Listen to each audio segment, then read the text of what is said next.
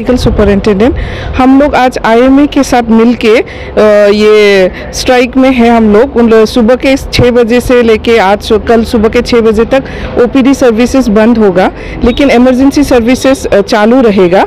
और ये हमने किया है क्योंकि जो हमारा मेडिकल कॉलेज जो RG Kar medical college Kolkata के इंसिडेंट के लिए ही हम लोग सपोर्ट कर रहे हैं उन लोगों को, कि मतलब जो डॉक्टर्स है उनका सपोर्ट में हम लोग ये सब कर रहे हैं। Thank you.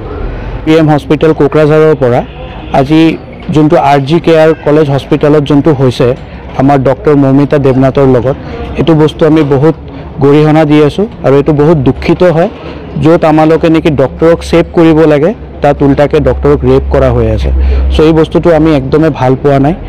এটো বস্তু এনেকা থাকিলে আগামী দিনত আমি ডক্টৰে বহুত আৰু ডাঙৰকে আন্দোলন প্ৰতিবাদ কৰিম আৰু ইণ্ডিয়ান মেডিকেল এছ'চিয়েশ্যনৰ লগত একেলগে আমি লগ হৈ আজিৰ দিনত ৰাতিপুৱা 6টাৰ পৰা কালি ৰাতিপুৱা 6টালৈকে আমি ফুল্লি ওপিডি সাৰ্ভিসেস বন্ধ ৰাখিছো। কোনো ইলেক্টিভ কেसेस আমি কৰা নাই, অনলি ইমাৰ্জেন্সি সাৰ্ভিসেস খোলা ৰাখা হৈছে। সো এটো বস্তু আমি বহুত গৰিহণা দি আছো আৰু এটো বস্তু একদমই একসেপ্টেবল নহয়।